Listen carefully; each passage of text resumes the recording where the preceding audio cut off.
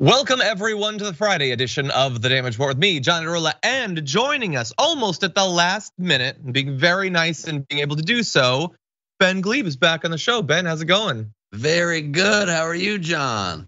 I'm feeling good. It's a Friday. I'm looking forward to our show. I know that I've got Cenk and Ida Rodriguez on the Young Turks later on, and then it's the weekend. I'm gonna be spending the weekend playing a bunch of board games like an absolute dork. So I'm feeling good. How are you feeling? I'm feeling good. I'm gonna spend the weekend doing a bunch of shows like an absolute workaholic and not relaxing playing games like a dork, which I wish I was. Yeah. Where are these shows? I'm performing tonight at the Comedy and Magic Club in Hermosa Beach, and tomorrow night at Don't Tell Comedy. And then I'm doing a virtual show worldwide on the 29th. In a couple weekends, my third annual Halloween special. It's Gleib off the top, Halloween Spectacular. I hope I didn't scare you with that boo there. Where you can get tickets to that from anywhere in the world and join me live from your computer at bengleib.com. And my special is still out if you like stand-up comedy that is pre-recorded, but way better than the risks of a live show. The Mad King is available right now on YouTube. Even dogs love it. Wait, who's this dog? This is Henry Horse, the greatest dog in the world. He's a news dog and he's got opinions on all the news. What do you think about the Jan 6 committee hearings? Yeah. He looks away. He's not into it. He's focused on inflation and reproductive rights. I don't think he cares too much about that. That's right. Anyway, that's awesome. Well, everyone, there are some dates coming up. If you're in the area, go see it live. But if you can't see him live, you got no excuse. There's awesome pre-recorded stuff available worldwide. As long as you're in a country that's allowing you to access the internet, I suppose, which is most of them. Yep. Anyway, we have a lot. To get my special in Iran today, unfortunately. So it is, unfortunately. That's one of the biggest struggles facing them as of right now. So we have a lot that we're gonna be talking about, and we'll get into that in just a sec. Someone in the chat did just let me know, and I see people talking about it on Twitch. This sucks. Robbie Coltrane passed. He was 72 years old. Most notably, I think for a lot of American viewers, he played Rubeus Hagrid in the Harry Potter movies, but he was also in GoldenEye, a million other things and everything. That's sad. We were 72. That's not enough, Ben. I think we can agree on that. We were talking before the show about how old we'd be comfortable living to, like as a minimum. And 72 is not enough, I don't think. Yeah, I said 90 as a minimum. You said 78. I'm stunned by how low that number was. Well, it might be that you anticipate living to 90. I don't anticipate living to 78, so it's quite aspirational. Oh, wow, I anticipate living to 104, so that's wild. You don't anticipate. Good luck. Playing some pretty hardcore board games over there. They are, okay? When you play these games, you win or you die or something. Anyway, we have a lot of non-sad Rubeus Hagrid related news that we're gonna be talking about. So everyone, I'm gonna need you to buckle securely up, hit the like button, share the stream if you want. You can send us comments and all that, and we'll respond as we go. But with all that said, Ben, you ready to start the show? Yeah, let's do it. Okay, let's do it. In fact, let's jump directly into this. I am offering this resolution that the committee direct the chairman to issue a subpoena for relevant documents and testimony under oath from Donald John Trump in connection with the January 6th attack on the United States Capitol. Mr. Chairman, on this vote, there are 9 ayes and 0 noes. The resolution is agreed to. So with that, the resolution was agreed to. They are gonna be subpoenaing Donald Trump to cooperate with and testify before the January 6th committee. Now, will he actually do that? That's a different question. Should he actually do that? That's a far spicier question, I think. And we're gonna dive into all of that, but you should know that we won't necessarily know for a little bit exactly how this is gonna go. They're drafting the paperwork. Then there's gonna be a period of time where he has to respond. And if he doesn't choose to cooperate, then the actual appeal on that could take literally months, which isn't just like frustrating because you'd have to wait for it. It's way worse than that. If he decides not to do it, and if they drag out the appeals process until December, January, February, that's the same exact thing as dragging it out for 100 years, because there's a very real chance that the Democrats won't be in control anymore. The January 6th committee won't exist anymore. And then Trump wouldn't have to do it if he doesn't want to. So with that as the backdrop, what do we know so far about Donald Trump's interest or willingness to actually engage in this? Well, he clearly hates the committee. He's been clear about that for months before it even existed. So that's true. But he has been telling aides, at least, that he would look forward to testifying before the committee so he could probably spout a bunch of conspiratorial nonsense.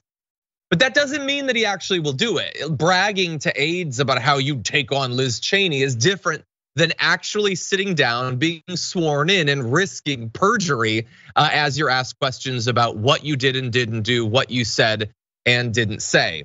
And so while this morning he put out this statement, you can see a shot of the top of it.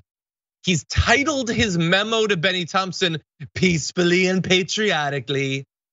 And the first line, what the former president of the United States sent to them is, "The presidential election of 2020 was rigged and stolen."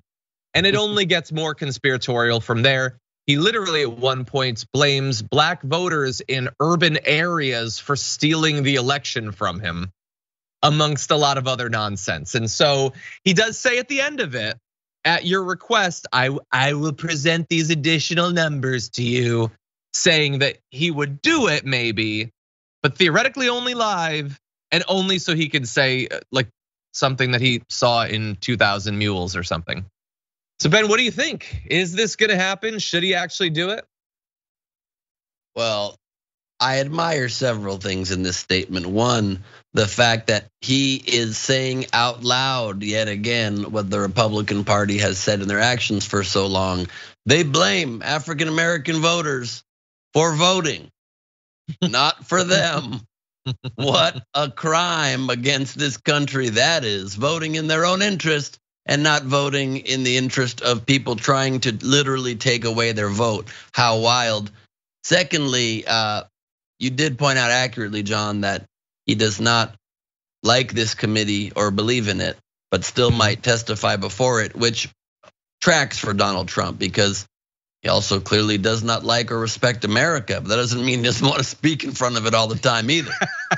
The man will take any audience, whether hostile or not, whether a place that cares for him or not, as long as he gets a little more airtime. I think I even thought of a solution this morning that might be the perfect ending for Donald Trump, is put him on Celebrity Big Brother, give him a 24-hour camera, but have that season of Celebrity Big Brother take place from inside a jail. Everybody wins. I'd tune in, at least to the first. I'll give any show one episode, basically. Yeah, look, my guess would be that after this very carefully constructed set of hearings, I don't think they would want him to testify live, because that would be, well, I can't express with the language restrictions we're under what that would be like, but you get the idea. It would be wild, we'll say that. And if they would, what's that? Well, sorry to interrupt, but I just found it to be such a strange move that they did this right at the very end of all of their hearings, because it just kind of gives Trump power again at the end to like control the narrative of a thing they've carefully constructed. I mean, literally at the end of their supposedly last live hearing, they're like, but we might do one more where we invite the guy who we're accusing to come and lie to all of you and turn it into a circus live on the air. It just seems really strange. Obviously, if he does come, he's going to lie, and it now brings up whether they can end the whole committee before the midterms, like or before the Congress switches over, at least like they intend. And so it just seems a very strange move, and I don't know what their exact goal is here. Yeah, my assumption would be they'd want it to be behind closed doors, so that the craziest of the lies they wouldn't have to actually have broadcast live. But it's an opportunity where we know that Donald Trump, when he sits down, while he's good at communicating, not in terms of making sense or being sane or not being the worst, He's usually good at telling the right what they want to hear. When you are under oath, he's going to commit crimes. He's going to commit perjury. I mean, remember, as I pointed out in our coverage yesterday, sitting down with Chris Matthews got him to say, I would punish the woman for having an abortion. And Lester Holt got him to say, yeah, no, I fired Comey for the Russia thing. And who was the journalist that got him to admit that he did consider COVID to be super serious, but he needed to say that he doesn't? Like, when that dude sits down, he just says stuff. And often not under, penalty of jail time. And so they might be able to wrap this thing up just getting him to admit to stuff live in the committee. Also, how are they going to get him to agree and not have it be live? They even said in their statement, this all points to him. The American people deserve to hear directly from him. To then say, but we're gonna tape it and only show you the parts we like, seems antithetical to hearing directly from him. And you're right, he does say things live, but I don't think he's afraid of saying something wrong and there being any consequences. He's done it his whole life. He called BS on the Constitution and he was right. Thus far, he's right because he has not been held to account. I'm surprised his legal team hasn't literally pulled out also President Trump hasn't used his get out of jail free card yet. And nowhere in Monopoly does it say this can't be used as a legal card. That's a good point. I'm gonna check the rules this weekend as I'm playing board games. But I've looked. There you go. So we'll see. We'll find out. Hopefully within the next couple of weeks, we'll at least know if it's going to happen. Are they trying to sneak this in before the midterms? That could be risky. We'll have to see. But that wasn't the only thing that was revealed during the last January 6th committee. We also had a little bit of spicy footage, and we're not gonna show you a bunch. We did live coverage at the time, but there was one moment that I felt like we had to briefly talk about, and it involved Nancy Pelosi. Take a look. And that's what this is all about. Secret Service said they have dissuaded him from coming to Capitol Hill. They told him they don't have the resources to protect him here. So at the moment he is not coming, but that could change. Oh, he comes, I'm gonna punch him out. This is Oh my no, moment. I would pay to see I've that. been waiting for this, for trespassing on the Capitol grounds. I'm gonna punch him out and I'm gonna go to jail and I'm gonna be happy. Yes, I think that's the most aggressive I've ever seen Nancy Pelosi. That was, of course, as the buildings were being stormed, as Nancy Pelosi and a lot of other people in Congress were probably at least somewhat worried about the possibility that they might be ripped limb from limb by an insane fascist mob. And acknowledging that she is being filmed, and she knows that, and she does, she thinks about how things look. She loves her little moments and stuff like that. That said, hearing her talk about punching him in the face is not usually the way we hear Nancy Pelosi talk, Ben. What do you think? Yeah, I love that she turned to the camera after that and said, and I will go to jail. Acknowledging, I know I'm being filmed and I know it's illegal. There was no camera here. I wouldn't necessarily admit to the jail part. I wish she seemed more intimidated during it. Like that footage is stark and pretty strange, but also I don't know that it really helps the case. I don't feel like she and Chuck Schumer seemed, that's hard to say fast, seemed particularly scared for their lives. They seemed more like they were on the phone trying to, figure out what they can do to stop the thing.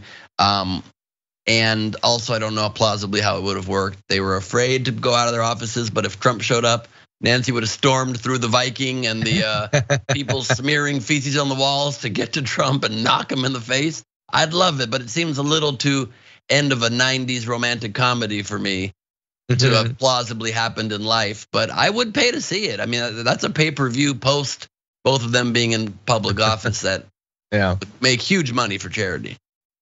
So I do want to use this as an opportunity. I understand there are some people, maybe big fans of Nancy Pelosi, they'll be like, yeah, and I to some extent get it. Trump is the worst. We hate what he does, and we particularly hate January 6th.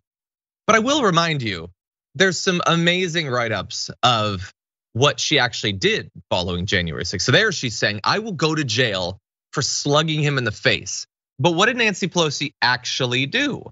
There were people who, as she's filming that, there are people who are already working on impeachment resolutions. We now know. I think Ryan Grimm had a write-up on The Intercept about the actual timeline there. And they wanted to expedite this. And Nancy Pelosi didn't let them. She had them go on their little break for several days.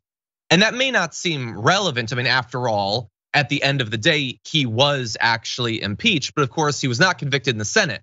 And maybe he was never going to be. But we also know that people like Mitch McConnell and those were coming out in the immediate aftermath of January 6th saying, this was Donald Trump, he has responsibility. And notably, they didn't have an opportunity to vote on convicting him then. It had to wait days and days and days and days. And during that time, the right sort of banded together. And while initially they were like, oh God, have we crossed some sort of horrible line? Is our base gonna turn against us for literally trying to kill Mike Pence and overturn democracy? It only took a few days for them to realize, no, actually the base is perfectly fine with that. The only frustration they have is that it didn't succeed. And so Nancy Pelosi can talk about punching him day of for a video that maybe she planned to put out, although admittedly it took until now for it to come out. But behind the scenes, she used her power as speaker to stop immediate consequences from rolling forward. And so I find that very frustrating. Yeah, why? Why would she have done that? It's just, again, like you're saying, it just shows political theater. It shows that these people are, to some degree, kind of in cahoots with each other. They're playing a game. Oh, Trump's playing his game. Let's get cameras rolling down below. But when there's a chance to actually hold him to account, let's not do it immediately when they know exactly how cowardly the Republicans are. And if they have one moment of them being against Trump, if you don't capitalize on it now, of course, in a couple of days, they're gonna be changing their tune. I mean, McCarthy was already en route to Mar-a-Lago at that point to pose for a photo.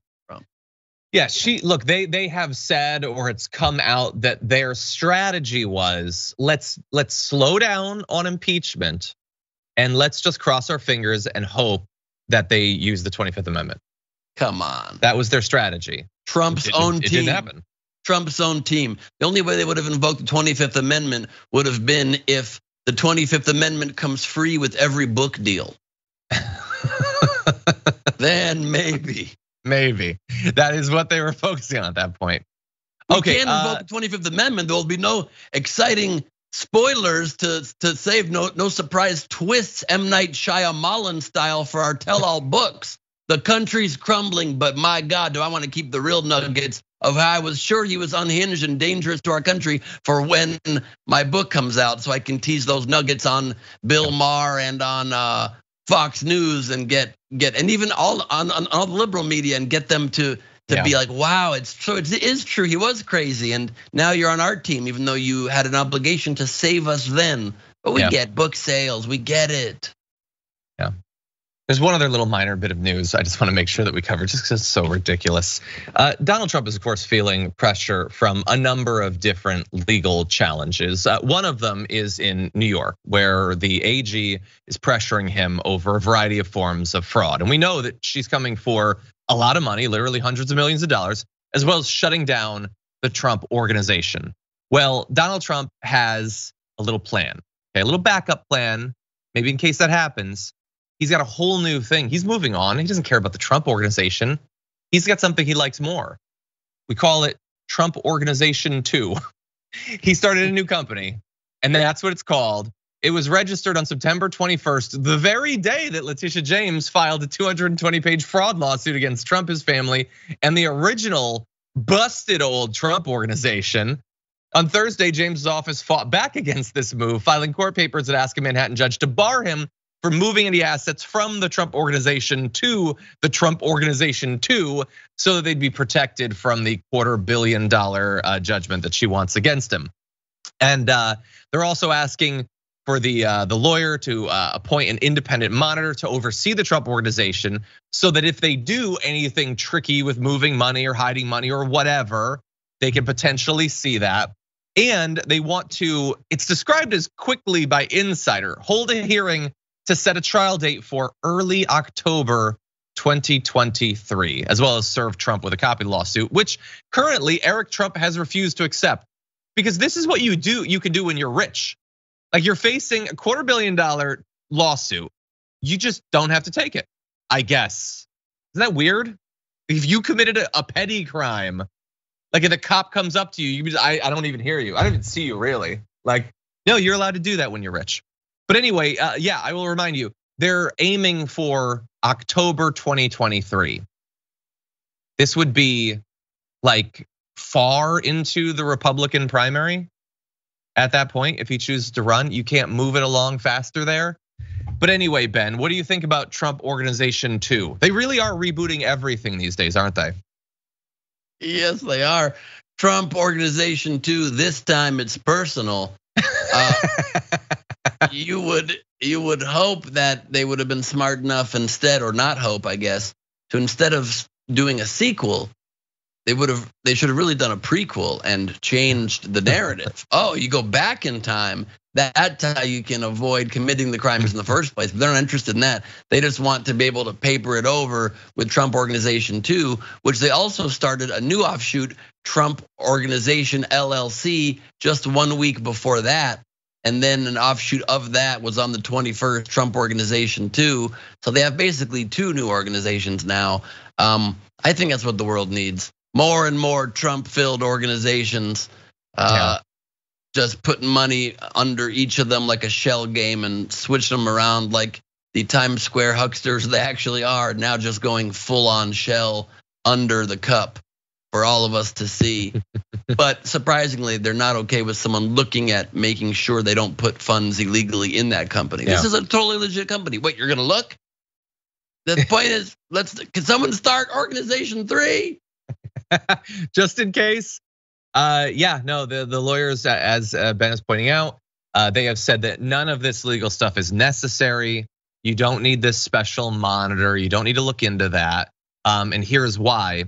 Lena Haba says, we have repeatedly provided assurance in writing that the Trump Organization has no intention of doing anything improper. Oh, in that case. No, but do you see the tricky thing that she's doing there? The Trump Organization won't do anything improper. But what about the Trump Organization 2? She doesn't say anything about whether it would ever do anything improper. You're not gonna get us that way, Alina Hava. I see what you're doing. So that is amazing. That's a very strong point. That's like saying Donald Trump did not head up an insurrection against the company. Former President Donald Trump did, but that's semantics.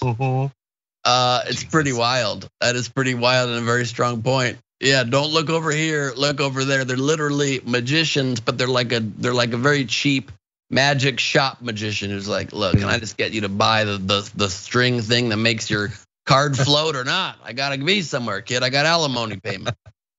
Yeah. Wow, you can do some fast world building there. Anyway, we're gonna take our first break of the hour, but when we come back, Senator Ron Johnson is trying to fend off a challenge from Mandela Barnes in the Wisconsin Senate race. We're gonna give you some of the highlights and lowlights from their debate after this.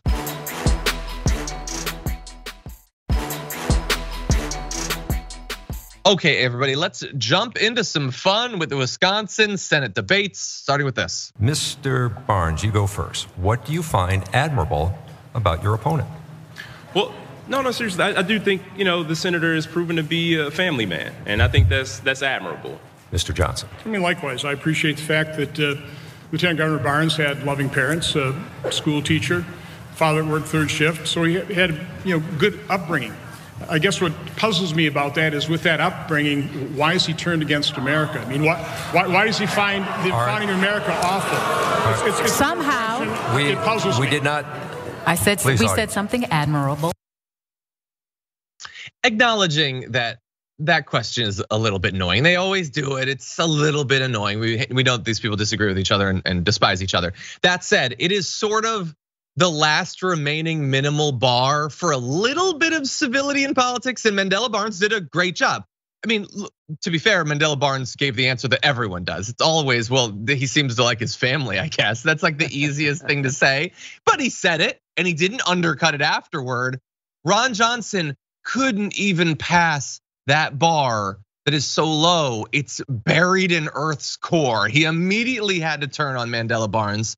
And what I like is that the audience wasn't having it. They were booing him, they were laughing. Nobody seemed to like it, Ben. What do you think?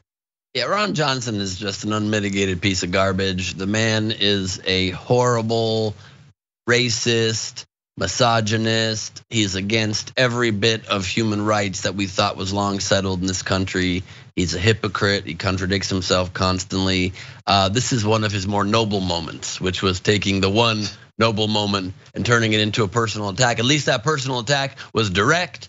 At least it didn't probably not gonna have something coming out later. He actually meant a different personal attack. This is one of the most straight up things Ron Johnson's done, and I commend him strongly for it. Exactly, total and utter garbage. But while he was mocked there by the crowd, laughed at, it wasn't the only time that he was laughed at or jeered. He weirdly decided to step in, as you'll see in this clip. In response to the wild charge of Lieutenant Governor Barnes, the FBI set me up with a corrupt briefing and then leaked that to smear me. I am. No, I mean, I'm sorry. With the Ron Johnson, so what is he referring to there? It's going to be very abundantly clear to most right wingers because they're part of that right wing insane cinematic universe or whatever. But what he appears to be referring to, and then declares that they're the corrupt ones, is that Johnson was informed at an FBI briefing back in 2020 that he was the target of Russian disinformation as part of a campaign to make him useful to the Kremlin. Understand, it was not the FBI attacking him, implying anything about him. They were saying, oh, by the way, we have reason to believe that they're targeting you. It's like if you were to warn someone that they might be hacked soon. It's a defensive briefing. That's actually what it's called. And he decided when he was told, you are going to be attacked by Russian disinformation, he took a side, and it was the side of the disinformation. And he has declared them to be corrupt, saying that if anything was leaked from there, it was designed just to hurt him. All he had to do was say, thank you for the heads up. I'm gonna be careful about what I share, what I say, and all that. And he couldn't even pass that bar. And again, he got laughed at, Ben. Yeah, this is like in the first Terminator movie when the good dude who ends up impregnating Sarah Connor tries to help her escape from the mental institution, and the Terminator's coming at them, and he says, follow me down the hallway, get down, duck. And she's like, you telling me to duck is disgusting. And it is an attempt to besmirch my character. Oh, I've been shot by the Terminator. I mean, it's the most backwards way to see things, and is par for John Bronson's tiny little brain. Yeah, it's like, look out behind you. Get off my back, I'm not turning. I'm gonna fall for the classic move of you trying to protect me as a law enforcement organization from our adversaries. Yeah, I bet Russia's right behind me trying to whoops, and now he's in jail. Russian jail. Yeah, we'll see if any of this gets through. I mean, you started off by saying that Ron Johnson is a piece of garbage, and that is true. And he's such a piece of garbage that at this point, I'm not sure how much extra utility there is in him demonstrating what a piece of garbage he is. I feel like people get that. And so I wanna show you the most recent polling, by the way, if we could jump ahead to graphic 4. I have seen polls where Barnes is within the margin of error, down by just a point or whatever, but the aggregate has Johnson up by 2.9. And that is, like, I get that most people are focusing a lot less on this race than like on Pennsylvania or on Georgia. I get it, we're focusing more on those other races. But Johnson is just so obviously bad, so obviously uninterested in any ethical obligations to his constituents or to be a part of a functioning government. He believes and spreads conspiracy theories like crazy. It should not be that close, Ben. Yeah, it's just insane. It just speaks more again to the political polarization in this country, where for some reason half of the country, look, I realize both sides are certainly polarized and both sides are not inclined to ever think anything positive about the other side or consider candidates from the other side. But I can't help but point out time and again that needs to change when one person is just so clear, one side is so clearly anti-American at the moment, when one side is just so clearly in it for their own selves and for lining their own pockets at the cost of everything decent and good. It shouldn't be just back in mid-September that they were even in the polls. It should be a runaway with goodness. I mean, there are so many people that have left the Republican Party saying this election needs to be blue all the way, regardless of what you believe on any individual issue, to send a message that there will be actual law and order, actual democracy, actual following of our norms. And instead, they'll just take the outlier, self-interested examples and say, well, Tulsi Gabbard left the Democrats. Okay, because she's been a Russian asset and a Republican in her soul for already years now, even when she was running for the Democratic nomination, basically. So let's hope people come to their senses in the privacy of the voting booth and not in front of their family during a dinner poll. I mean, look, the Democrats put up bad candidates every cycle. That is true. And some of the worst ways that they're bad candidates is that they can be very blatantly corrupt. I mean, there's any number of Democratic candidates that are very, very corrupt. But in terms of just like being like viciously opposed to government existing, believing and spreading whatever conspiracy theory 4chan comes up with, there is not, as far as I know, a single Democrat that's anywhere like that even is on the scale. And there's hundreds of Republicans at every level. Like there isn't an equivalent. It's just the big difference is that no one says both sides are not corrupt. They are. But we need to remind everybody that in a corrupt system that needs to be fixed, there is still one side that publicly fights for things that help you, one side that also publicly fights for things that hurt you while being corrupt. Which would you rather have? It's not a great choice, but it still is a clear choice.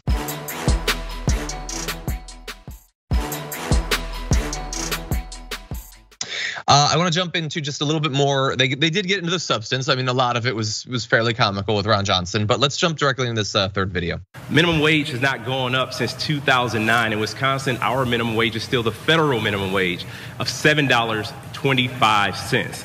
It is shameful. Since 2014, we've been supporting a $15 minimum wage. And for one of the most wealthy members of Congress to sit and say that Congress shouldn't set a standard of living and raising the minimum wage is the frustration that so many people have in this country. Is why people have tuned out of politics, because they feel like nobody's looking out for them. And that's because Ron Johnson is in the United States Senate not looking out for us.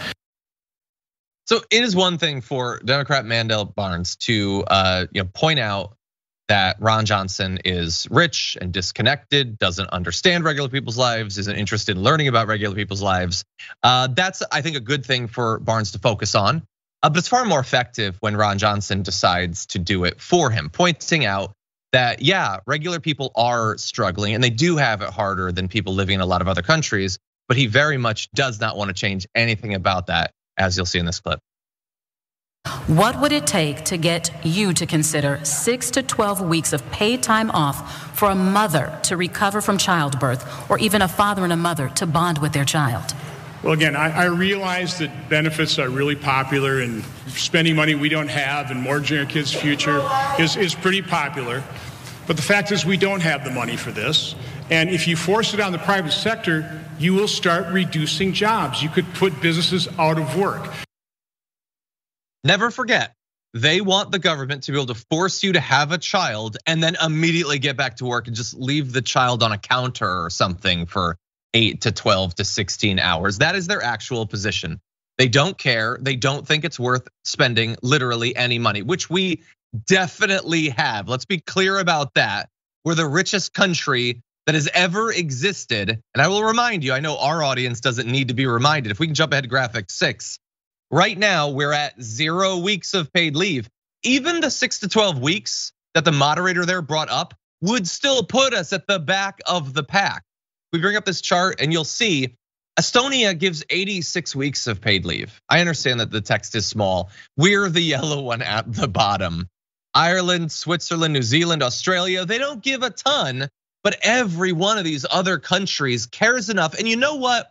They've found a way. They've dug through the couch cushions and they've figured out a way to pay for it. Only the United States is uniquely ill-equipped to pay for people to be able to care for and bond with their child for a day or two following birth. Ben, what do you think? Well, I don't know how the richest nation on earth can be expected to compete with Bulgaria or Latvia or Slovakia's ability to pay for things. They don't even probably have stores with which to pay for stuff. So they've got all the money in the world to be able to pay for maternity leave. Those are countries that probably don't even have money to pay for better PR, so those countries have better public images. They're instead spending it on maternity leave and stuff that their people need instead of public relations. Here in America, we got great PR, and so how can you expect us to have any money left over to pay for the things we need? Have you looked at it from that perspective, John? I have not. You're opening up my mind right now. If you're watching the Damage Report from Bulgaria, we love you, by the way. And we're very jealous of some of your social policies. Yeah, they probably are watching because they're home on maternity leave right now taking care of their children. Which they should be. Yeah, strong point, John. So what? If you're gonna make strong points, I'll walk off this show right now. Okay, I will stop now.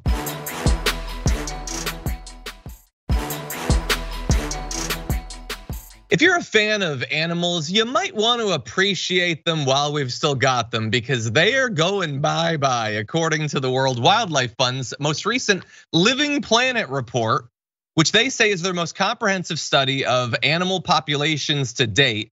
They estimate that tens of thousands of monitored mammal, bird, amphibian, reptile, and fish populations have seen an average 69% decline in relative abundance over just a 50-year period.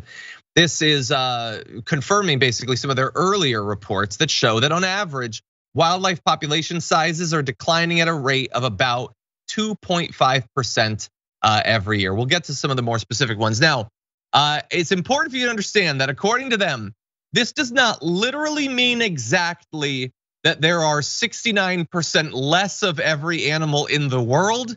Some populations have gone up, a lot have gone down. But overall, it does paint a pretty horrific picture of animal populations. And so they looked at 32,000 different species and they identified some areas, either areas of the animal kingdom or areas of the earth that are particularly hard hit. So they say that 83% freshwater animal populations, that's the largest sort of like animal group, 83% decline. They blame pollution, species exploitation, overfishing, things like that. Regionally, Latin America, home to the Amazon rainforest, of course, has seen the largest average population abundance drop at 94%. And of course, they're looking at a number of different years. Most recently, that's getting far worse because Bolsonaro, of course, is like personally running through the Amazon with tanks of gasoline, setting the entire thing on fire. And so it's likely to get worse. In particular, the pink river dolphin in the Brazilian Amazon plummeted by 65% between 1994 and 2016. That is not to say that there are not animals that are doing better. There are conservation efforts, and some of it has been successful. Populations of the eastern lowland gorilla in the Democratic Republic of the Congos, their populations had fallen by 80% at one point. Now they have raised that population up to 600. Still not a large population, but the efforts they're engaging in have been successful. But we have humanity moving into areas they haven't previously before. There's pollution, there's climate change, there's a lot of threats, and we are seeing the effects every single year around the globe. Ben, what do you think?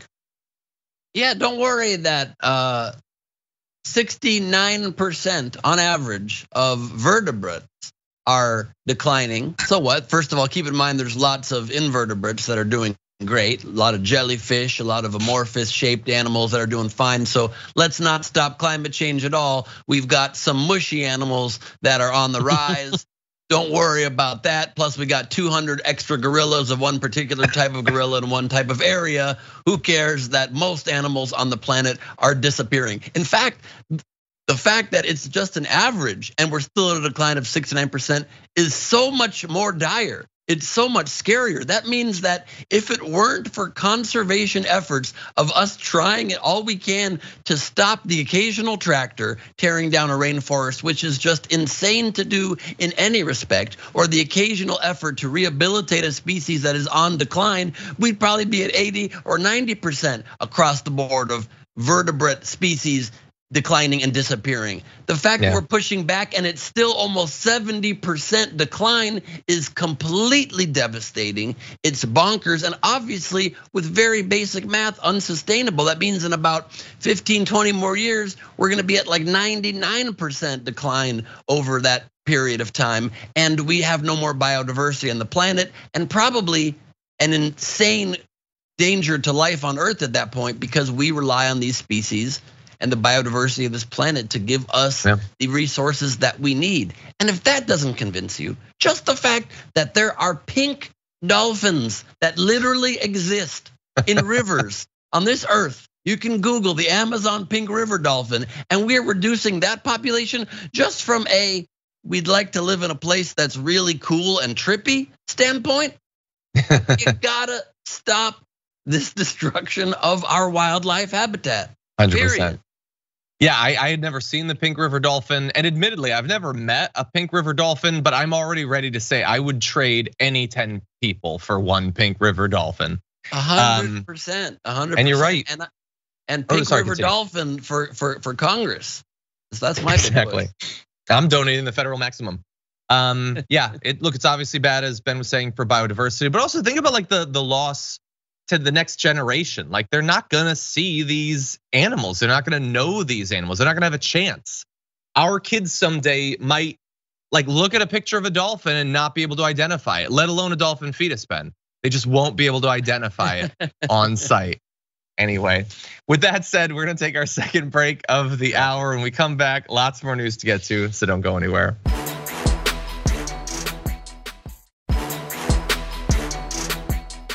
Okay, everybody, we've got a little bit of time. Let's talk about a topic we have not spoken about in a little bit. A sheriff in Texas has now certified that the migrants that Ron DeSantis decided to pick up in Texas and fly to Martha's Vineyards are crime victims. And that is important for a number of reasons, as we're gonna get into. So he certified the nearly 50 migrants that have been flown as victims of a crime. This is a key step in qualifying them for a special visa that they would not otherwise have been eligible for.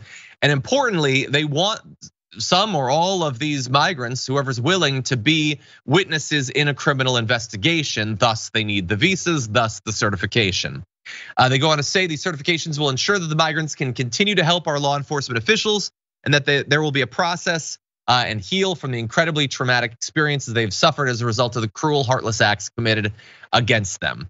Many of the migrants, I will remind you, if you have not been following this story, had come to the United States seeking asylum. They wanted a better life. They wanted to be safe. They wanted their families to be safe. They wanted to be able to work and contribute.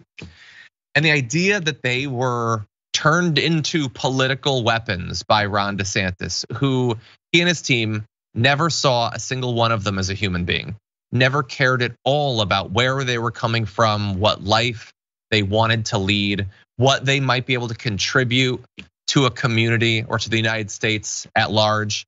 They never cared, and it's just so sickening. And thankfully, he himself is also being investigated. This is a different investigation, but he's under investigation on whether he misused taxpayer dollars to do these flights. The Treasury Department is looking into that. They're specifically looking on whether he used the interest on funds from the coronavirus state and local fiscal recovery funds to do this. They're, of course, not supposed to use it for this sort of purpose. Anyway, Ben, what do you think?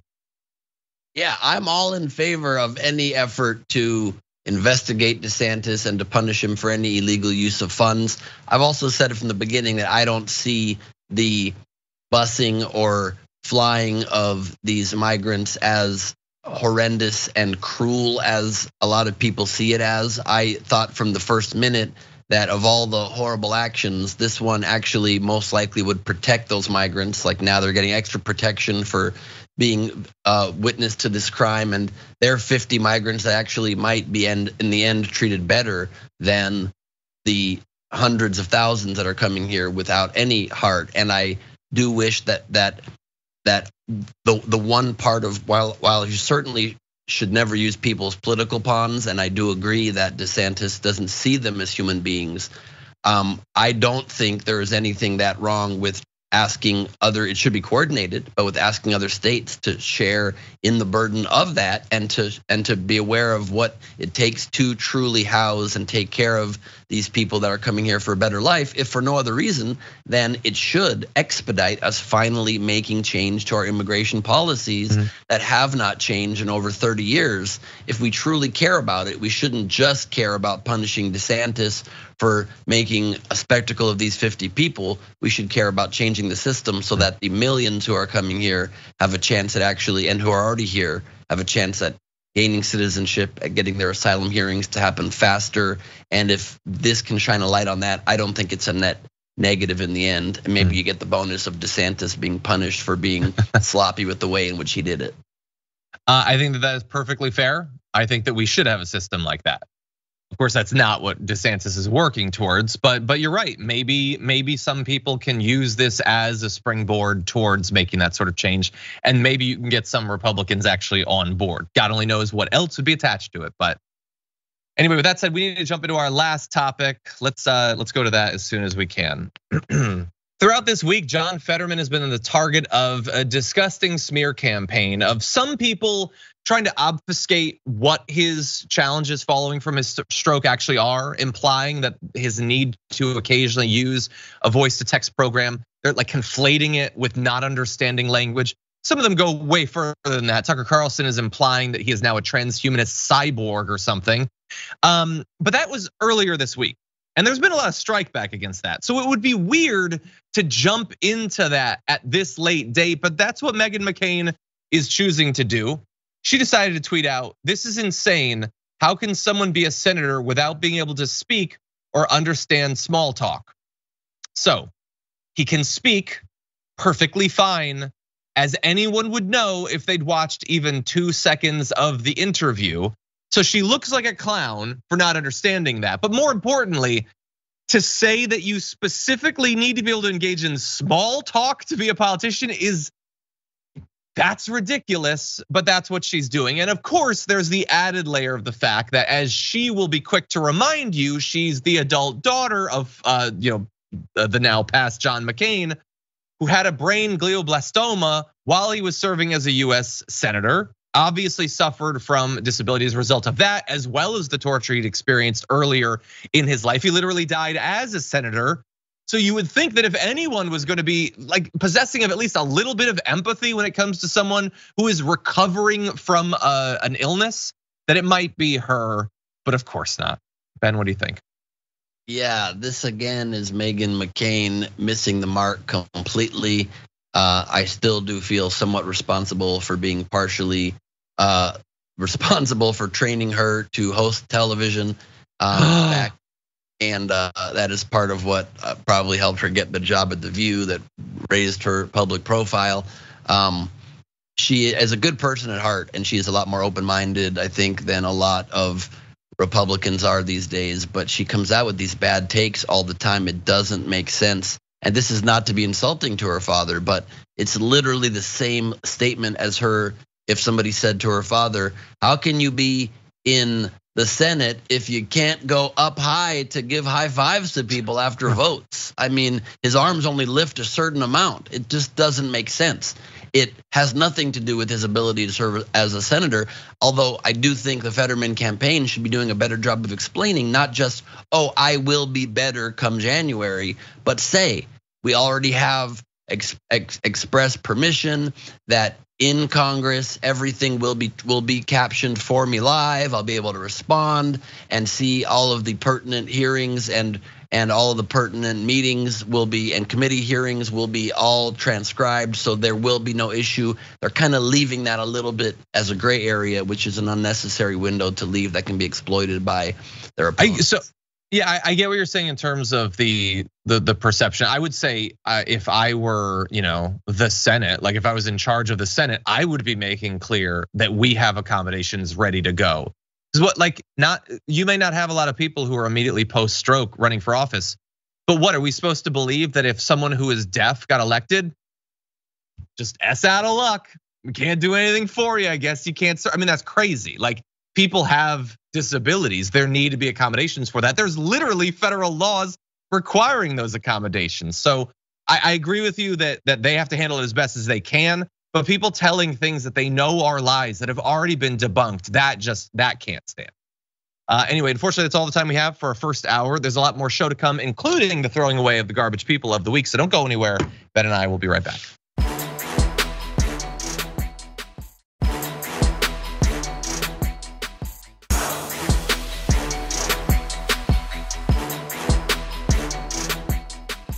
Thanks for listening to the full episode of The Damage Report. Support our work, listen ad-free, access members-only bonus content, and more by subscribing to Apple Podcasts at apple.co/TYT. I'm your host, John Adarola. I'll see you soon.